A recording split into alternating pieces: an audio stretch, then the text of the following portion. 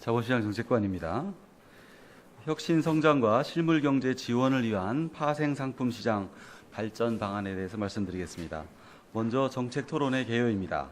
오늘 오후 5시에 금융위원장께서는 해양 파생 금융 중심지로 지정된 지 10년째인 부산의 한국거래소 본사를 방문하여 혁신 성장과 실물 경제 지원을 위한 파생 상품 시장 발전 방안을 발표하고 시장 관계자의 의견 청취를 위한 정책 토론회를 개최할 예정입니다. 다음 쪽입니다. 파생 상품 시장 발전 방안의 주요 내용을 말씀드리겠습니다.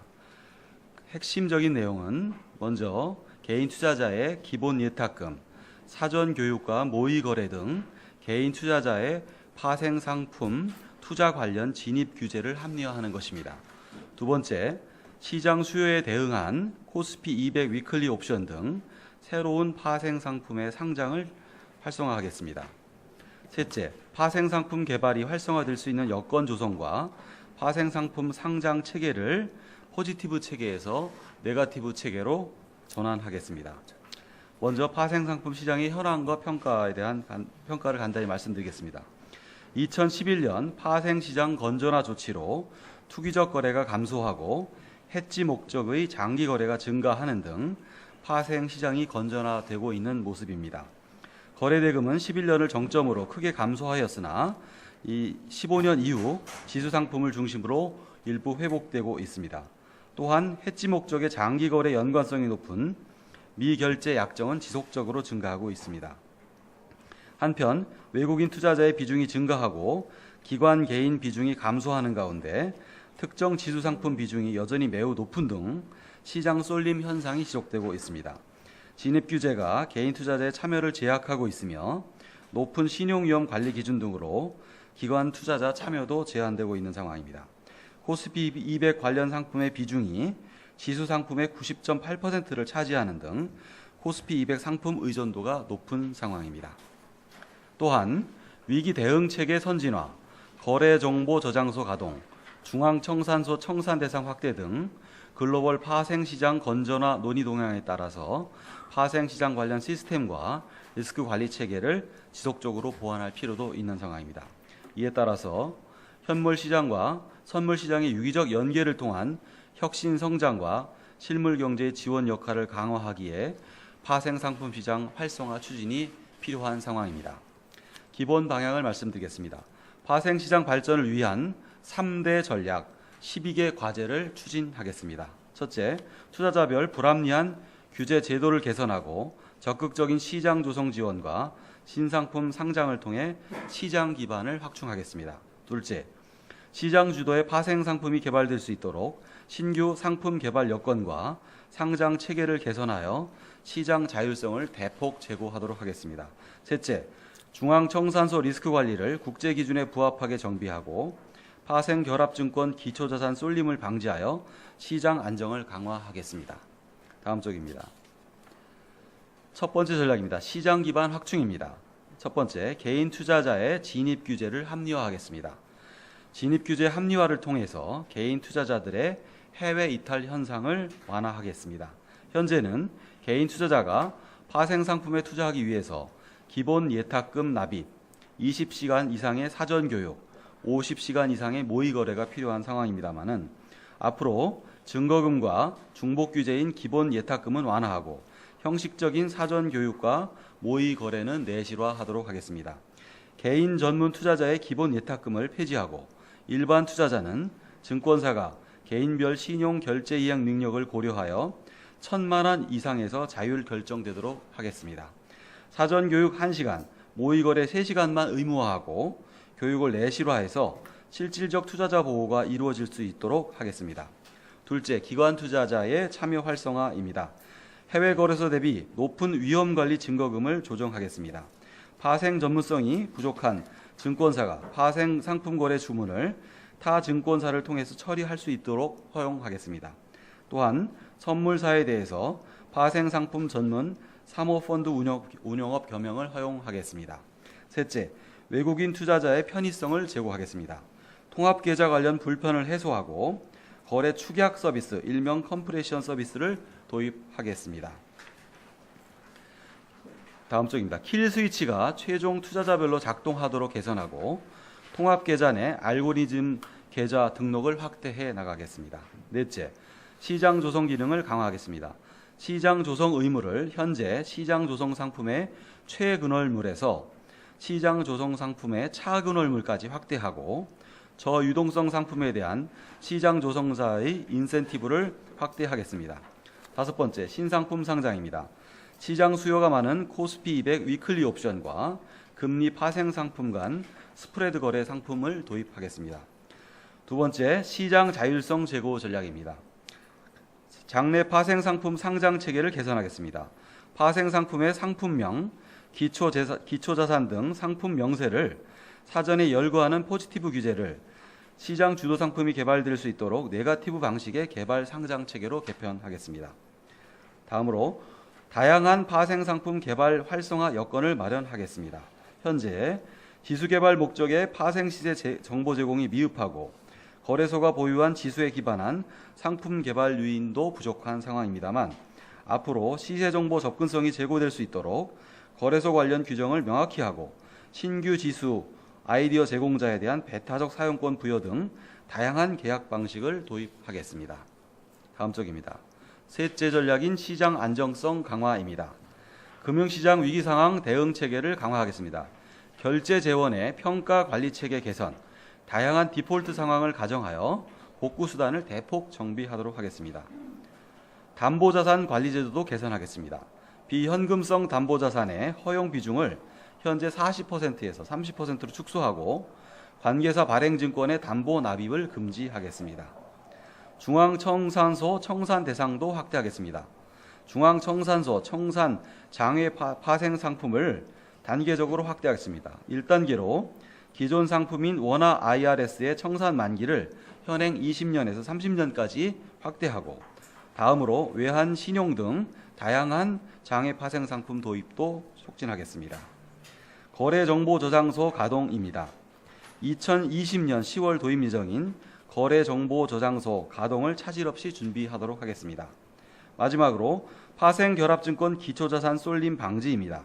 다양한 전략지수가 파생결합증권의 기초자산으로 편입될 수 있도록 특정 기초자산 쏠림을 관리하는 지표 개발 등을 노력하도록 하겠습니다.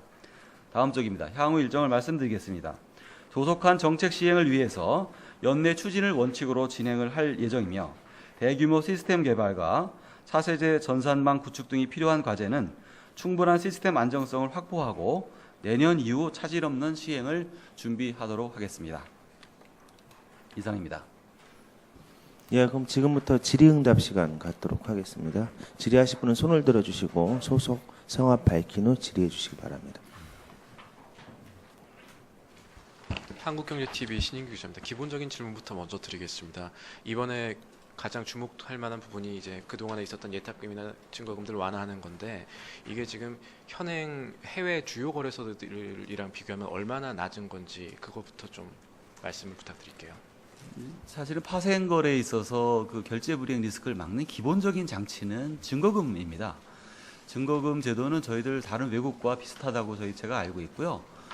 예탁금 부분인데요. 저희들은 예탁금의 그 일반 투자자가 3천만 원, 그 다음에 전문 투자자 5천만 원 이런 과거에 2011년에 파생 시장이 좀 약간 버블이 있다고 판단했을 때 그걸 좀 강화하는 조치를 했었습니다. 그런데 이제 예탁금 제도라는 것은 사실은 국제적 정합성이 좀 없는 부분입니다. 제가 알기로 일본도 예탁금 제도를 폐지했다고 알고 있고 전 세계에서 우리나라하고 중국만 현재 예탁금, 파생 관련 예탁금 제도를 가지고 있는 상황입니다.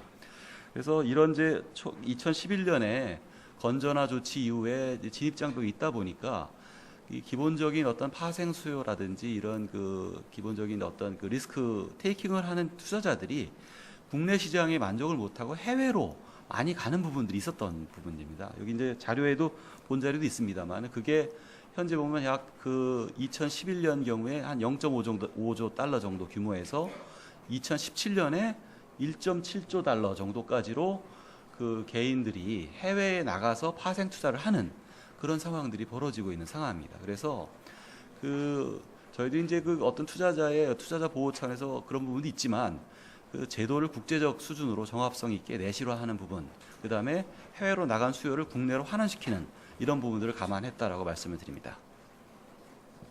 네, 추가적인 질문. 예. 예, 조선비즈 김유정 기자입니다. 개인 투자자 진입 장벽을 낮추는 건 언제부터 적용하실 생각이신지 궁금합니다. 네.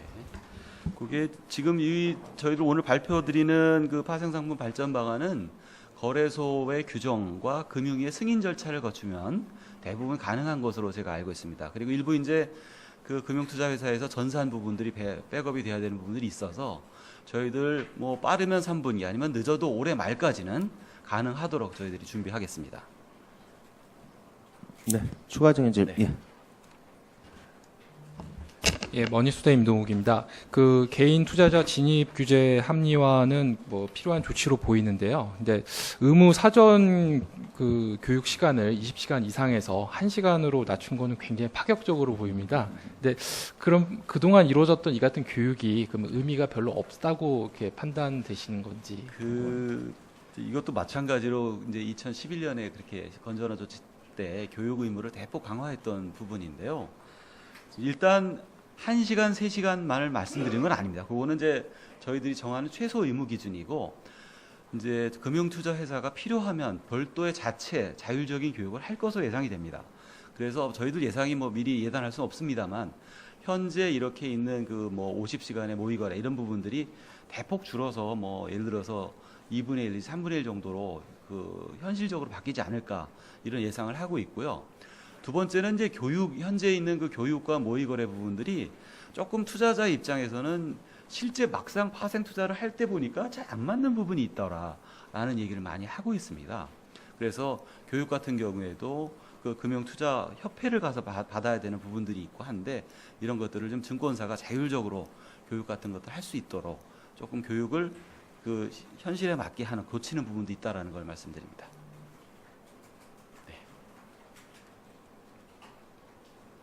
네, 추가적인 질문. 예. 예, 중앙일보 한예란 기자입니다. 옛날 2011년에 건전화 조치가 나와서 제가 잘 찾을 수가 없어서 그런데 그 이전 건전화 조치 이전과 비교하면 지금의 진입 규제 수준이 어느 정도인지, 그때보다는 더 낮아지는 건지 아니면 아직도 그때보단 더 높은 건지 궁금합니다. 네, 그 전과 비교를 해서 그때 그 전 수준이라 보시면 될 것 같습니다. 2011년에 높아졌기 때문에요. 그 지금 사전 교육 같은 거, 아니 기본 예탁금 같은 형태도 좀 그전 정도 돌아간다고 보시면 될 것 같습니다.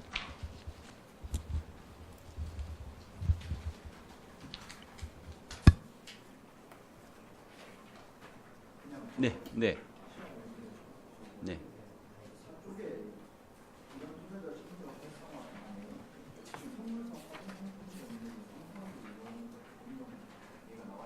네.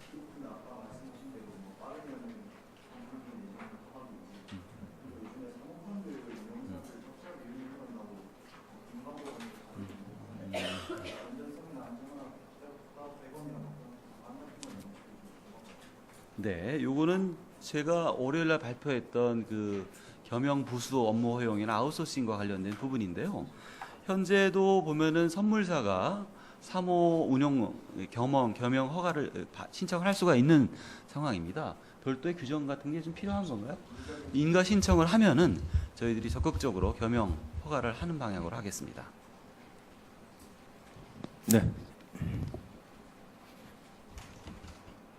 예, 한국경제TV 민재 기자입니다. 그 예전에 이제 건전화 조치 전에 파생 시장이 우리나라 거의 1위를 차지할 정도로 잘 나갔었는데 이제 그때 규제로 인해서 이게 많이 꼬꾸라졌잖아요.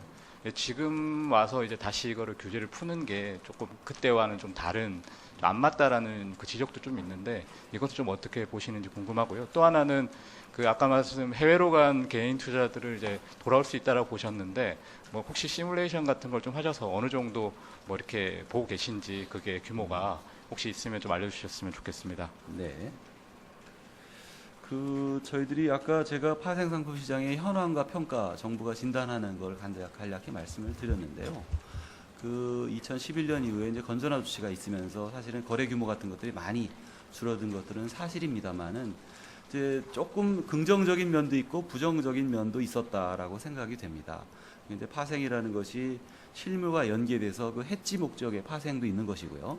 단순히 파생을 통해서 약간 이런 이제 투기적인 목적도 있는 부분이 있다라고 되는데, 예전에 좀 투기적 목적이 좀 과했다라고 하면 현재는 그 해지 목적의 실물과 연계된 그런 파생 투자들이 많이, 특히 기관 투자자 중심으로 이루어지고 있다라고 생각이 되고요. 그다음에 이제 조금 안 좋은 점을 말씀을 드리면, 과거에는 나름 시장에서 균형이 있었다라고 생각이 됩니다. 그러니까 개인 투자자와 기관 투자자와 외국인 투자자 간에 약 한 뭐 잠정적으로 3분의 1, 3분의 1, 3분의 1 정도의 시장 비중, 마켓쉐어를 가지고 균형이 있었었는데, 어떻게 하다 보니까 건전아웃치를 한 이후에 보니까 이 균형이 조금 깨졌다라는 말씀을 드릴 수 있습니다. 외국인 비중이 뭐 크게 말하면 3분의 2까지 올라와 있는 부분들이고요. 개인의 비중이 3분의 1, 약 한 33%에서 25%까지 떨어지고, 특히 이제 기관 투자자의 비중이 과거 3분의 2, 33%에서 현재 보면은 10%대까지 떨어져 있는 상황입니다. 그리고 기관이 거기에서 아까 말씀드렸듯이 주로 지수 파생 같은 걸 하지 않고 다 이제 뭐 이래서 이제 금리 파생이라든지 이런 해지 목적에, 그건 좋은 점이긴 합니다만은, 우리나라 파생 시장이 결과적으로는 현선 연계나 이런 걸 통해 가지고 실물에 도움을 주는 방향으로 가야 되는데, 아예 기관들이 하지 않고 있는 이런 문제점들, 그다음에 개인들이 해외에 나가서 오히려 이렇게 파생을 하고 있는 문제점들, 그래서 외국인이 주도하는 이렇게 시장이 되었다라는 좀 저희들이 반성을 하고 있는 상황입니다. 그래서 이런 부분들을 균형 있게, 그 3자 간의 균형 있는 파생 시장이 좀 안정적으로 균형 있게 성장할 수 있도록 하는 차원이었다라는 말씀을 드리고요. 이제 두 번째로, 과연 해외로 간 개인 투자가 얼마나 돌아올지는 모르겠습니다만은, 이번에 뭐 예탁금 조치, 이제 예탁금을 완화하는 조치라든지, 그 다음에 이제 상품, 뭐 특히 보시면은 현재 보면은 코스피백 옵션 같은 경우가 이제 선물은 기본적으로 분기 결제월인데요. 옵션은 그 매월 결제로 매번 상품이 올라옵니다. 근데 이미 해외에서는 보면은 이게 이제 위클리 옵션이라 해도 주 단위로 결제일이 만들어지는 상황입니다. 이런 부분들이 우리가 좀 늦었던 부분들입니다. 그래서 지금 결제일이 돌아오면은 막 그때 이 쏠림이 있어가지고 약간 그런 가격 같은 것들이 오버슈팅하는 이런 부분들이 있었는데, 코스피백 그 위클리 옵션 같은 것이 도입이 되면서 우리나라 시장이 발전되니까 그런 면들이 감안돼서 개인 투자들도 많이 다시 국내로 오지 않을까. 뭐 그걸 뭐 어느 시점에 딱 예단해서 미리 얼마라고 말씀드릴 수 없습니다만, 충분히 다시 국내 시장을 복귀할 것으로 저희들은 예상하고 있습니다. 네, 시간 많이 흘렀는데 질문 한두 개만 더 받을게요. 예. 예, 2대1 이명철 기자입니다. 파생상품 개발 활성화 관련해서 그 시장 주도로 지수를 뭐 개발해서 운영할 수 있다는 의미로 이해를 하고 있는데요. 그 네거티브라고 한다면 어떤 원칙들이 제시되는 건지 좀 이해가 좀 궁금하고요. 그리고 그 거래소의 연구 용역을 맡긴다고 했는데, 그렇다면 뭐 연구 용역 어떤 방향으로 진행을 하는 건지, 뭐 코스피 200과 뭐 비슷한, 아니면 그걸 대체할 수 있는 지수도 개발 가능한 건지 좀 윤곽을 좀 설명해 주시면 감사하겠습니다. 네. 그 파생, 특히 이제 지수 파생에서 제일 중요한 게 지수를 개발하는 것입니다. 그런데 우리나라는 다른 이제 선진 파생 시장하고 다르게 그 지수 파생을 상장하려면 거래소가 현재 있는 거래소 자체 규정인 세칙을 통해서 개별 상품을 현재는 나열하고 있습니다. 그리고 그 상품의 개발과 그 다음에 이용에 관한 모든 배타적 권한을 현재 거래소가 가지고 있는 상황입니다. 근데 예를 들어서 외국의 뭐 S&P 뭐 지수라든지 뭐 이런 지수들 뭐 블룸버그 지수라든지 이런 다양한 외국에서 보면은 지수의 개발이라는 것이 민간에서 이루어지고 일정 요건이 확인이 되면 그게 거래소의 검증 보고서를 통해서 당국에서 승인하는 방식으로 이루어지고 있는 상황입니다.